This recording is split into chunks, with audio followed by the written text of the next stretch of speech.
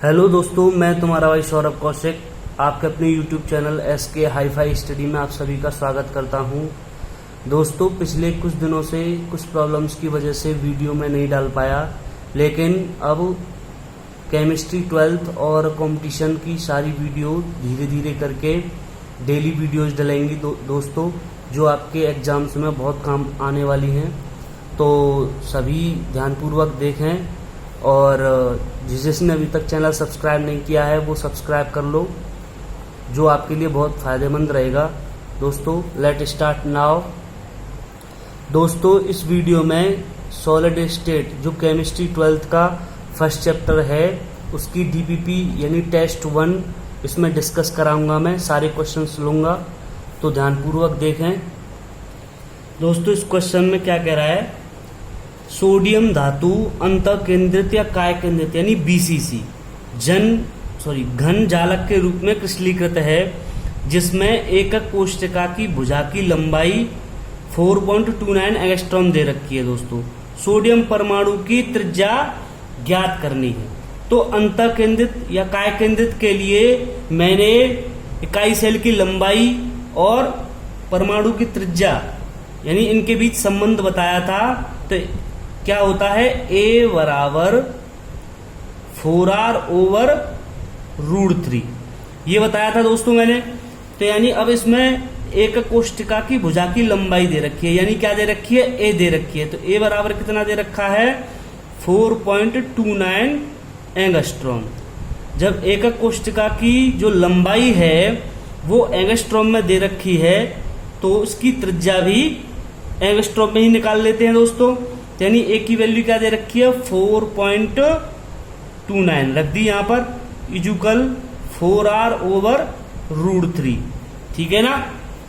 तो यानी 4.29 इंटू इधर ये √3 है, उधर जाके गुणा कर दें। √3 की वैल्यू कितनी होती है, 1.732 इजुकल 4R। तो सबसे पहले तो इन दोनों का गुणा कर लेते हैं। यानी 4.29 इंटू 1.732 गुणा कर लेते हैं। 9 दूनी 18 के 8 हासिल का 1 और 2 दूनी 4 और 1 5 और 4 दूनी 8 हो गया, और 9 3 27 के 7 हासिल के 2 और 3 दूनी 6 और 2 8 और 3 चौके 12, ठीक है दोस्तों।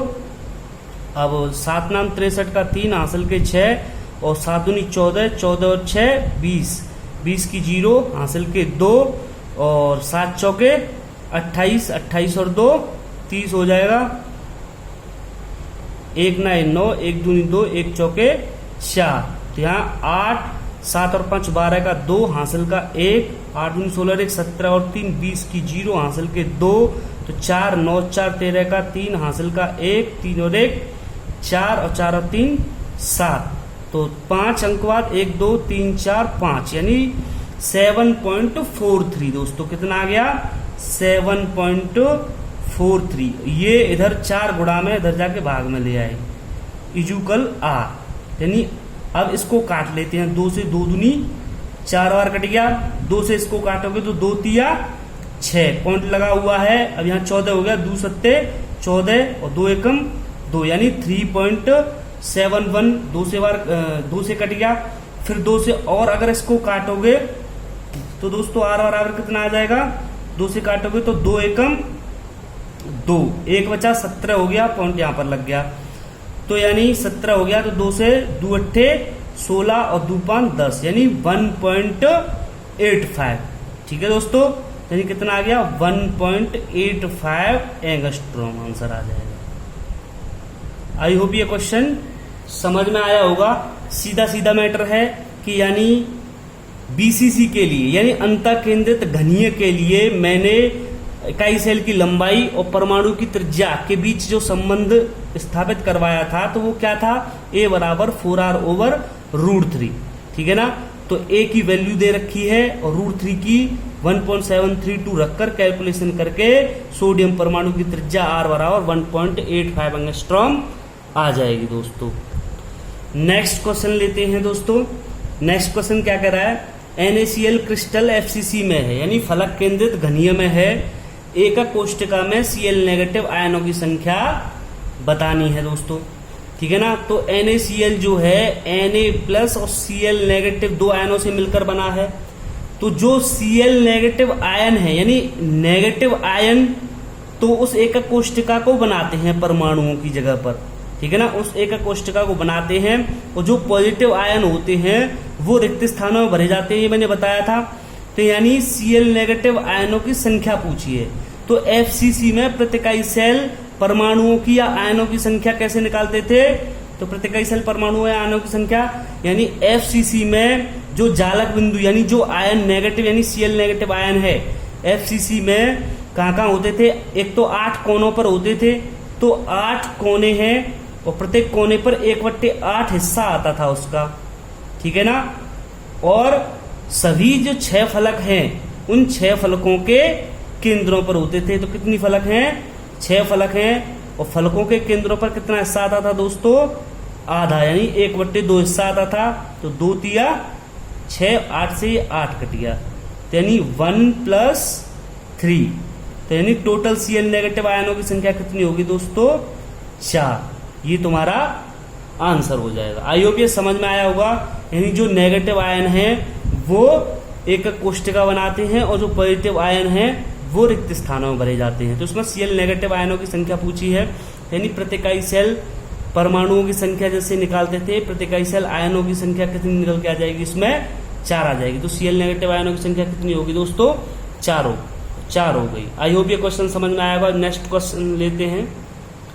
इस क्वेश्चन में क्या कह रहा है? ये एक घनीय संरचना वाला यौगिक A तथा B तत्वों से बना है, ठीक है ना। किस किस से बना है? A और B से बना है। A परमाणु घन के कोनों पर है, ठीक है दोस्तों। तो घन के कितने कोने होते हैं? 8 कोने होते हैं और प्रत्येक कोने पर कितना हिस्सा आता है? 1/8 हिस्सा। ये मैंने सारी चीजें बताई हैं तुम्हें, ठीक है ना। और B परमाणु फलक केंद्र पर है, यानी कितनी फलकें हैं घन में? 6 फलक होती हैं और प्रत्येक फलक पर कितना हिस्सा आता है दोस्तों? 1/2 हिस्सा आता है। अगर ये चीजें समझ में नहीं आती तो मैंने पुरानी जो वीडियो डाली है सॉलिड स्टेट की कंसेप्ट्स की, तो उनको देख सकते हो, उनसे समझ में आ जाएगा।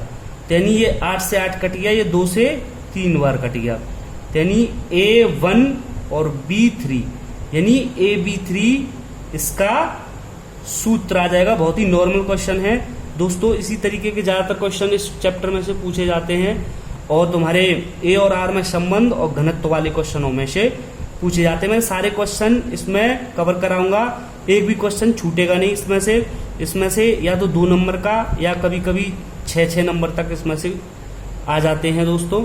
तो ध्यानपूर्वक समझते हुए चलना है। नेक्स्ट क्वेश्चन लेते हैं। इस क्वेश्चन में क्या कह रहा है? निम्न में से प्रति एकक कोष्टिका परमाणुओं की संख्या 2 होती है। तो दोस्तों मैंने प्रतिकाई सेल परमाणुओं की संख्या निकालना बताया था। तो फलक केंद्रित में जालक बिंदु कहाँ होते हैं? 8 कोनों पर और 6 फलकों पर। तो 8 कोनों पर 1/8 हिस्सा आता था, तो उससे 1 बन जाता था। और जो फलक हैं 6 फलक हैं, 1/2 हिस्सा आता था, तो 3 उससे बन जाते थे। तो टोटल 4 प्रतिकाई सेल परमाणुओं की संख्या होती थी एकक कोष्टिका में, यानी प्रतिकाई सेल में परमाणु की संख्या फलक केंद्रित में 4 होती थी दोस्तों। और अंतः केंद्रित में 8 कोनों पर 1 बन जाता था और एक अंतः केंद्र पर पूरा हिस्सा आता था, तो यानी एक पूरा हिस्सा ये और 8 वाला वो एक हिस्सा वो, यानी 2 प्रतिकाई सेल परमाणु की संख्या इसमें कितनी हो जाती थी? 2। इसका आंसर कितना आ जाएगा? 2। आर्धघनीय सरल इकाई सेल, इसमें केवल 8 कोनों पर होते हैं, ठीक है ना। तो इसमें प्रतिकाई सेल परमाणु की संख्या 1 होती थी, ठीक है ना। और ये नन ऑफ दी हो ही नहीं सकता, तो इसका आंसर क्या हो जाएगा दोस्तों? अंतः केंद्रित हो जाएगा। अगला क्वेश्चन देखते हैं।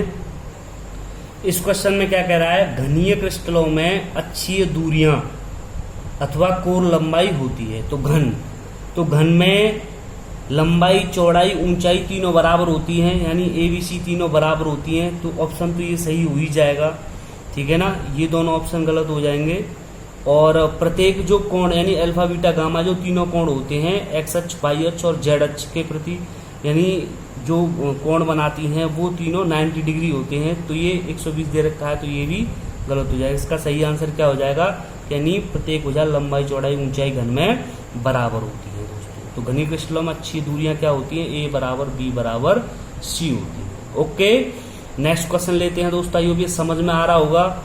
ये दोस्तों ये टेस्ट 1 है तुम्हारा, तो इस टेस्ट 1 में सोल्यूशन इससे देख सकते हो। ठीक है, तो अगला क्वेश्चन लेते हैं। इस क्वेश्चन में क्या कह रहा है, जब किसी घनीय जालक के केंद्र पर स्थित परमाणु विकर्ण पर उपस्थित अन्य दो परमाणुओं के संपर्क में हो तो घनीय संरचना की संकुलन क्षमता यानी पैकिंग फ्रैक्शन की गणना कीजिए। तो दोस्तों इसमें क्या कह रहा है, देखो ये घन है तुम्हारा, तो इसमें कह रहा है कि जालक के केंद्र पर स्थित परमाणु तथा विकर्ण पर उपस्थित अन्य दो परमाणु। तो इसका मतलब केंद्र पर स्थित परमाणु और विकर्ण पर स्थित, तो यानी ये विकर्ण हो गया, तो यानी यहां पर स्थित। तो इसका मतलब क्या हुआ, यानी केंद्र पर स्थित है, तो ये क्या बन गया, एक अंतः केंद्रित घनीय इकाई सेल बन गया।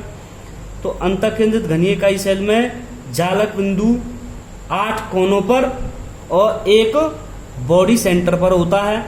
ठीक है ना, तो देखो 8 कोनों पर और एक बॉडी सेंटर पर होता है। ठीक है ना, तो इसमें प्रति इकाई सेल परमाणुओं की संख्या यानी जेड बराबर कितनी हो जाती है दोस्तों, 2 हो जाती है। 8 है तो 1/8 हिस्सा और एक बीच में पूरा हिस्सा, यानी जेड बराबर कितना हो जाता है, इसमें प्रति इकाई सेल परमाणु की संख्या 2 हो जाती है। और मैंने बताया था कि यानी जो परमाणु होते हैं वो गोलाकार होते हैं और ये जो इकाई सेल है ये घनीय है। तो जो पैकिंग फ्रैक्शन होता है, तो पैकिंग फ्रैक्शन मैंने क्या बताया था, परिभाषा भी लिखाई थी मैंने, कि किसी भी इकाई सेल में परमाणुओं द्वारा घेरे गए आयतन तथा इकाई सेल के कुल आयतन के अनुपात को संकुलन गुणांक यानी पैकिंग फ्रैक्शन कहते थे। तो पैकिंग फ्रैक्शन यानी इसमें इकाई सेल में इस प्रति इकाई सेल परमाणु की संख्या कितनी है, 2 है दोस्तों, यानी 2 गोले हो गए।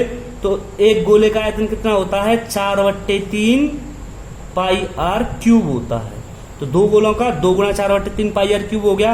यानी ये इस इकाई सेल में परमाणुओं द्वारा घेरा गया आयतन हो गया। ठीक है ना, गोले का आयतन 4/3 पाई आर क्यूब, 2 है तो 2 × 4/3 पाई आर क्यूब। और इकाई सेल का कुल आयतन, तो यानी घन का आयतन कितना होता है, a क्यूब। इकाई सेल की लंबाई a है तो उसका आयतन कितना हो जाता है, a क्यूब। ठीक है ना, फिर एक चीज और बताई थी मैंने तुम्हें, तो अंतः केंद्रित के लिए अब यहां पर आ रहे हैं, इसको सॉल्व करके पैकिंग फ्रैक्शन निकालना पड़ेगा। तो यानी मैंने तुम्हें ये बताया था कि अंतः केंद्रित के लिए a और r में क्या संबंध होता है। तो अंतः केंद्रित के लिए a बराबर 4r/√3 बताया था मैंने, ये करवाया भी था, किस तरीके से आता था वो भी बताया था। तो यानी a बराबर 4r/√3 यहां रख देंगे, यानी 2 यानी 2 दूनी 4 दूनी 8 हो गया, 8 पाई आर क्यूब ओवर 3 ओवर, यानी 4r/√3 इसकी जगह पर रख देंगे, एक ही जगह पर इसका क्यूब हो जाएगा। ठीक है दोस्तों, यानी ये कितना आ जाएगा, 8 पाई आर क्यूब ओवर 3 ओवर, यानी 4 चौके 16, 16 चौके 64 हो जाएगा, 64 आर क्यूब ओवर √3 का क्यूब करेंगे तो 3√3 आ जाएगा। ठीक है ना दोस्तों, तो यानी 8 8 64, 8 बार कट गया, 3 से ये 3 यहाँ कट गया, आर क्यूब से ये आर क्यूब कट गया, यानी ये √3 है, ये ऊपर पहुंच जाएगा, यानी कितना हो जाएगा, π√3/8 हो जाएगा। ठीक है दोस्तों, π√3/8 हो जाएगा। यानी पाई का मान हम रख सकते हैं 22/7 रख सकते हैं, और √3 की वैल्यू कितनी रख सकते हैं हम, 1.732/8। ठीक है ना, यानी 2 से ये 11 बार कट गया और 2 से ये 4 बार कट जाएगा, तो 11 का गुणा अगर इसमें कर लें, ठीक है ना, तो 11 का गुणा कर लेते हैं। चलो, चाहे पहले 2 से इसको और काट लो, 2 दूनी 4 और 2 से इसको काटोगे तो ना जाने कि 0 पॉइंट लगा, पॉइंट यहाँ पर आ गया। तो 2 से अब 2 8 16, 1 बचा, यहाँ 12 हो गया, 2 छिंग 12 और फिर 2 छिक्के 12। ठीक है ना, तो यानी कितना हो गया, अब ये 11 का होना इसमें करना है, तो 11 छिंग 66 के 6 हासिल के 6, 11 छिंग 66 और 6 72 के 2 हासिल के 7 हो जाएंगे, 11 8 88, 8 और 7 15, यानी 95 हो जाएगा। ठीक है दोस्तों, तो यानी कितना हो गया ये 1 2 3 1 2 3 यानी 9.526 ओवर 7 दूनी 14 नीचे है। ठीक है दोस्तों, तो यानी अब इसको और सॉल्व कर लेते हैं। यहाँ से इस पॉइंट को चलो 2 से और काट लो, 2 सत्ते 14, 2 से इसको काटोगे तो 2 चौके 8 हो गया, यहाँ फिर 15 हो गया, 2 सत्ते 14, 2 एकम 2 और 2 तिया 6। ठीक है ना, फिर अगर इसको 7 से काटोगे दोस्तों तो क्या हो जाएगा ये, तो देते हैं इधर, यानी 4 7 1 3, इसमें 7 का भाग दो, यानी कितना हो जाएगा 7 छिंग 42। ठीक है ना, 5 बचा 1 उतार लिया, 7 छिंग 42, 7 7 49, तो 49, 2 बचा। ठीक है ना, तो यानी 3 उतार लिया, फिर उसके बाद 7 21, 7 21, बस इतना ही काफी है, तो यानी पॉइंट है, तो यानी कितनी बार चला जाएगा 0.673, 673 अप्रोक्स कितना आ जाएगा 0.68 आ जाएगा। तो दोस्तों इसका पैकिंग फ्रैक्शन कितना हो जाएगा 0.68। अगर मान लो इसमें परसेंटेज एरिया ऑक्यूपाइड पूछता, यानी परमाणु द्वारा घेरा गया प्रतिशत आयतन, तो ये रेशियो निकला है, इसमें 100 का गुणा कर देंगे, तो यानी 68 यानी 68% इसका packing fraction percentage area occupied निकल के आ जाएगा, परमाणु द्वारा घेरा गया प्रतिशत आयतन। तो दोस्तों आई होप ये समझ में आया होगा। यहाँ कैलकुलेशन हमने टफ कर दी, लेकिन इसको डायरेक्ट भी कर सकते थे यहाँ पर, यानी ये सीधा पहले √3 की वैल्यू बाद में रख देते, तो 22/7 करके यहाँ पर इसको सॉल्व करके पहले इसको पॉइंट में बदल लेते, फिर गुणा करके सीधा आ जाता, तो लेकिन इससे भी हो गया, यानी 0.68। तो कैलकुलेशन जितनी कम हो पाए, मतलब जितनी अच्छी तरीके से, जितने कम समय में और जितनी शॉर्ट हो जाए, उसको उसी तरीके से करना है। दोस्तों अगला क्वेश्चन देखते हैं। दोस्तों इस क्वेश्चन में क्या कह रहा है, ये धात्विक स्वर्ण क्रिस्टल आकृति में घन जालक केंद्र यानी FCC है, सोने के 2 ग्राम में इकाई सेलों की अनुमानित संख्या क्या है, यानी किसकी इकाई सेलों की संख्या पूछी है, यानी एकक कोष्ठिका या इकाई सेलों की संख्या पूछी है। सोने का परमाणु भार दे रखा है 179, तो इसमें सोने का भार भी दे रखा है और सोने का परमाणु भार भी दे रखा है। तो यानी जो क्रिस्टल है, तो सबसे पहले तो हमें क्या पता लगाना पड़ेगा कि जो क्रिस्टल है उसमें कुल परमाणुओं की संख्या कितनी होगी। तो फिर ये घनजालक कैसा है, FCC है, ठीक है ना, घनजालक है, FCC है, तो इसमें प्रति इकाई सेल परमाणुओं की संख्या कितनी होती है 4। तो जो टोटल परमाणुओं की संख्या अगर हमें पता चल जाए, अगर उसमें हम 4 का भाग दे देंगे, तो कुल इकाई सेलों की अनुमानित संख्या निकल के आ जाएगी दोस्तों। तो इसके लिए हमें सबसे पहले मोलों के बारे में जानकारी होनी चाहिए। तो दोस्तों मोल क्या होता है, जिस तरीके से 1 दर्जन होता है, 1 दर्जन में 12 वस्तु, 1 सैकड़ा में 100 वस्तु, उसी प्रकार 1 मोल में 6.023 इंटू 10⁻23 वस्तु मतलब या तो अणु, परमाणु या आयन, कुछ भी हो सकते हैं। 1 मोल में 6.023 इंटू 10⁻23 आयन होते हैं, ठीक है ना, या परमाणु होते हैं या अणु होते हैं, यानी जिसके रूप में पूछा जाए वही। यानी मोलों की संख्या निकालने के 3 फॉर्मूले होते हैं। तो मोल बराबर, यानी मोल की संख्या को भार के रूप में अभिव्यक्त किया जा सकता है, परमाणु अथवा अणुओं की संख्या के रूप में अभिव्यक्त किया जा सकता है, और गैस के आयतन के रूप में अभिव्यक्त किया जा सकता है। तो भार के रूप में इसका फॉर्मूला, यानी इसके 3 फॉर्मूले बनते हैं। तो यानी पदार्थ का भार ग्राम में, चलो इसको जानकारी ले लो, पदार्थ का भार ग्राम में बट्टे मोलर भार ग्राम प्रति मोल। मोलर भार मतलब अणुभार या परमाणु भार, अणु के लिए अणुभार, परमाणु के लिए परमाणु भार, आयन के लिए आयन भार। ठीक है ना। पदार्थ का भार जितना दे रखा हो उसमें उसके परमाणु भार या अणुभार से भाग दे दो, मोलों की संख्या निकल के आ जाएगी। और एक मोलों की संख्या किस तरीके से n से रिप्रेजेंट करते हैं इसको, ठीक है ना। तो मोलों की संख्या n से रिप्रेजेंट करते हैं ना, तो यानी मोलों की संख्या एक फॉर्मूला क्या होता है, अणु या परमाणु की संख्या के रूप में। तो पदार्थ की दी गई परमाणुओं की संख्या, ठीक है ना, परमाणुओं की संख्या अपॉन 6.023 इंटू 10⁻23 एक इससे निकाल सकते हैं। और एक मोलों की संख्या यानी गैस के आयतन के रूप में व्यक्त की जा सकती है, यानी STP पर गैस का दिया गया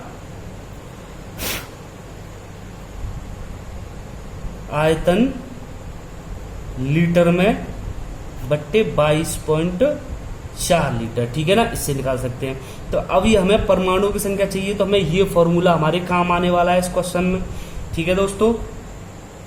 तो सबसे पहले यानी मोल बराबर यानी सोने के परमाणुओं की संख्या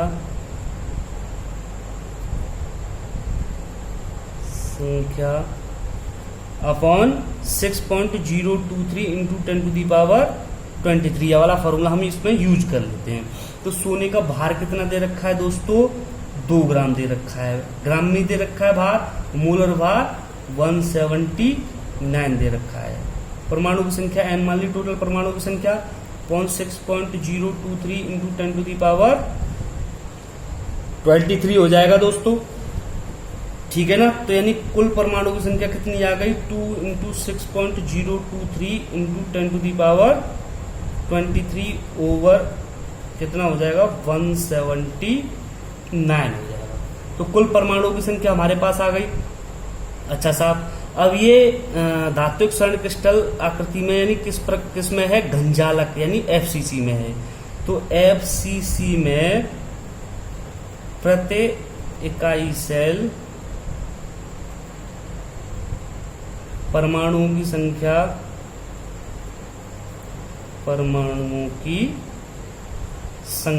कितनी होती है दोस्तों, 4 होती है, ये सभी जानते हो, ठीक है ना।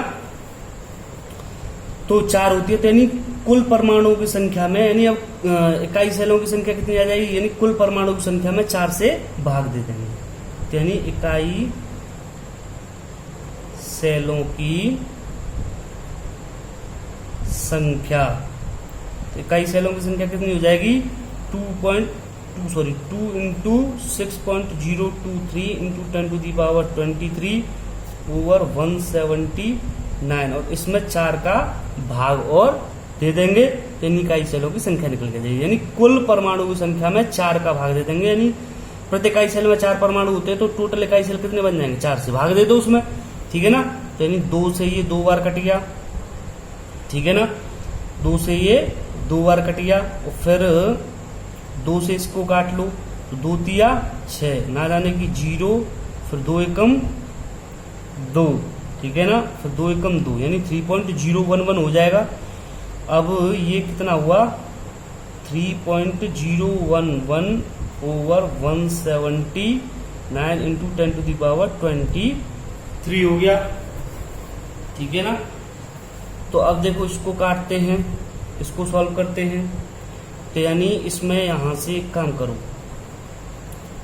कि यहां से इस पॉइंट को अगर यहाँ हटाओगे तो यहाँ पर 3 जीरो बढ़ जाएंगे, ठीक है ना। तो यानी 3011 ओवर 179 इंटू 10⁻3 यहाँ 10⁻23 है, तो यहाँ से ही ऊपर जाएगा, यानी